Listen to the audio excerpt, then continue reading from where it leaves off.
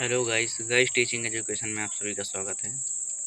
Guys आज हम बात करने जा रहे हैं डीएलएड सेकंड सेमेस्टर के पेपर 6 हिंदी के बहुविकल्पीय प्रश्नों की। दोस्तों ये आज दोस्तों लास्ट क्लास है। मीन्स पवन सीरीज में जितने भी बहुविकल्पीय प्रश्न दिए गए थे आज ये उसकी लास्ट क्लास है। 80 प्रश्न आपके उसमें थे पवन सीरीज में, तो आज 80 प्रश्न समाप्त हो जाएंगे। तो 64 नंबर जैसे क्वेश्चन 63 नंबर तक कल हो गया था और 64 नंबर है जैसे दोस्तों इसमें कि जिनका उच्चारण कंठ के स्पर्श से होता है, मतलब कौन कौन से वर्ण हैं जिनका उच्चारण कंठ के स्पर्श से होता है। स्पर्श मतलब छूते हुए। दोस्तों पहला ऑप्शन है का खा गा घा, दूसरा ऑप्शन है चा छा झा झा, तीसरा ऑप्शन है टा ठा डा ड़ा, फिर चौथा दोस्तों ता था दा धा।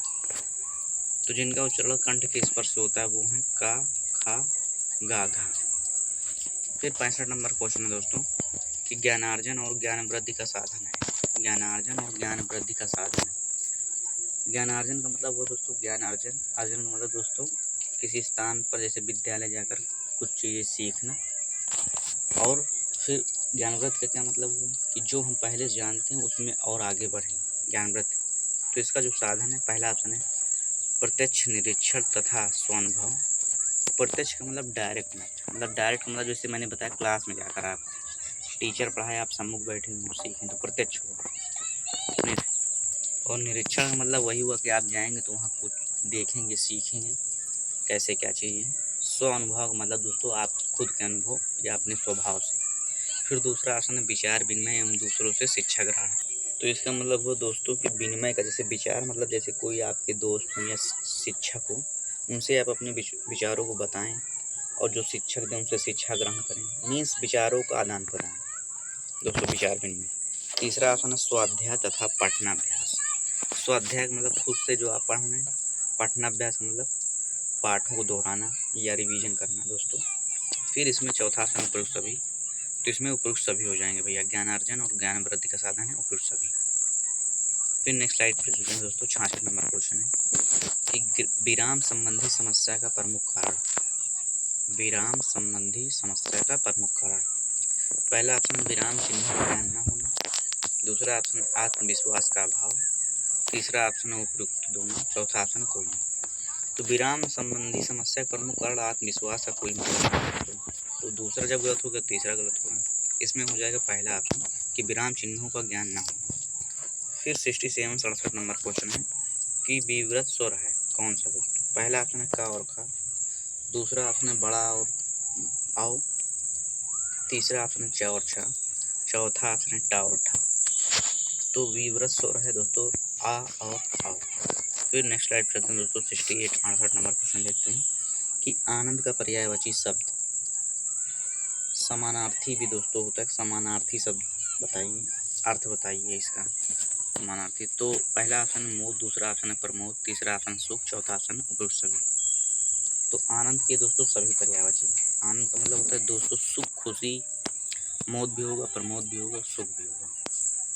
फिर 69 नंबर क्वेश्चन दोस्तों, निम्नलिखित में से कौन सा संयुक्त व्यंजन नहीं है। पहला है छा, दूसरा इया, तीसरा है त्रा ऑप्शन दोस्तों, चौथा है ज्ञा। तो जो संयुक्त व्यंजन नहीं वो है इया, दूसरा ऑप्शन। फिर 70 नंबर क्वेश्चन है कि निम्नलिखित में से दीर्घ स्वर कौन सा है। पहला ऑप्शन है छोटा, दूसरा ऑप्शन है बड़ा, तीसरा ऑप्शन है छोटी और चौथा ऑप्शन है ऋषि ऋषि। तो दीर्घ स्वर है दोस्तों बड़ा से आम, जानते हैं आप सभी।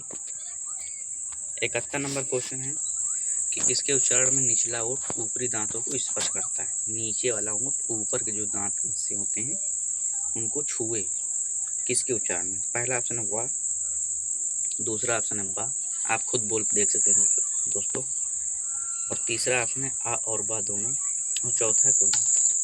तो जब आप बा बोलेंगे तो ऐसा होगा दोस्तों, निचला ओठ ऊपर के दांतों को स्पर्श करेगा। फिर 72 नंबर क्वेश्चन दोस्तों जो 2016 सेकंड शिफ्ट में आया भी था कि जो बहुत अधिक बोलता हूँ वाक्यांश के लिए प्रयुक्त होने वाला एक शब्द। बहुत अधिक बोलता हूँ, पहला ऑप्शन है वक्ता, दूसरा ऑप्शन है सुवक्ता, तीसरा ऑप्शन है वाचाल, चौथा ऑप्शन नेता। तो जो बहुत अधिक बोलता है उसको बोलते हैं वाचाल। फिर 73 नंबर क्वेश्चन है कि जागृत शब्द का विलोम। 2016 की सेकंड शिफ्ट में आया था दोस्तों, 2016 की। तो जागृत शब्द का विलोम हो जाएगा दोस्तों। इसी को विप्रार्थक शब्द भी बोलते हैं, आपके उसमें कल वाली क्लास में बहुत ही वर्ड मिल रहा था। तो पहला ऑप्शन है विषुप्त, दूसरा ऑप्शन है सुषुप्त, तीसरा ऑप्शन है शयन, चौथा ऑप्शन चेतना। तो जागृत शब्द का विलोम हो जाएगा सुषुप्त। जागृत का मतलब जैसे आप किसी चीज़ के प्रति जागृत हों, जागरूक हों। सुषुप्त का मतलब उसके ऊपर जागरूक ना हो दोस्तों।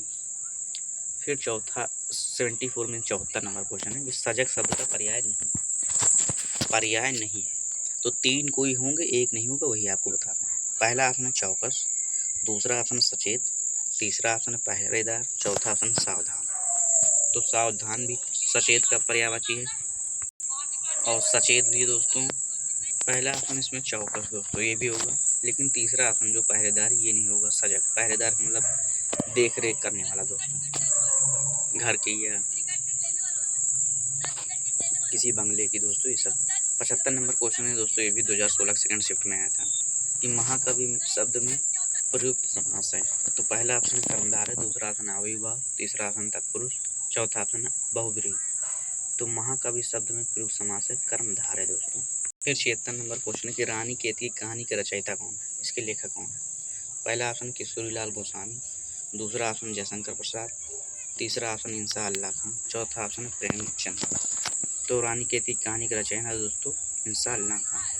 फिर 77 नंबर क्वेश्चन है कवि शब्द का स्त्रीलिंग क्या होगा। तो इसमें पहला ऑप्शन है कवयित्री, दूसरा ऑप्शन कवित्री, तीसरा ऑप्शन कवयित्री, चौथा ऑप्शन है काव्यत्री। तो जो सही लिखा हुआ दोस्तों वो है कवयित्री, यही हो जाएगा। फिर नेक्स्ट स्लाइड करते हैं दोस्तों।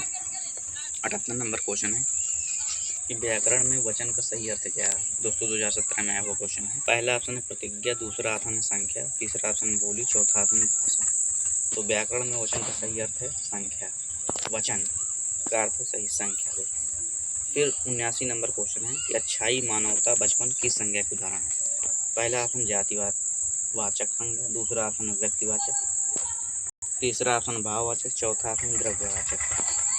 तो दोस्तों ये सब हैं भाववाचक संख्या। अच्छाई, मानवता, बचपन 2017 में आया हुआ क्वेश्चन था दोस्तों। 80 नंबर है कौन सा परिमाण बोधक विशेषण है। दोस्तों पहला ऑप्शन कैसा, दूसरा ऑप्शन लाल, 2017 में भी आया हुआ दोस्तों, तीसरा ऑप्शन तिकोना, चौथा ऑप्शन थोड़ा। तो परिमाण बोधक विशेषण दोस्तों थोड़ा। दोस्तों उम्मीद करता हूँ आप सभी क्लास पसंद आई होगी दोस्तों। वीडियो को लाइक और चैनल को सब्सक्राइब कर दीजिएगा।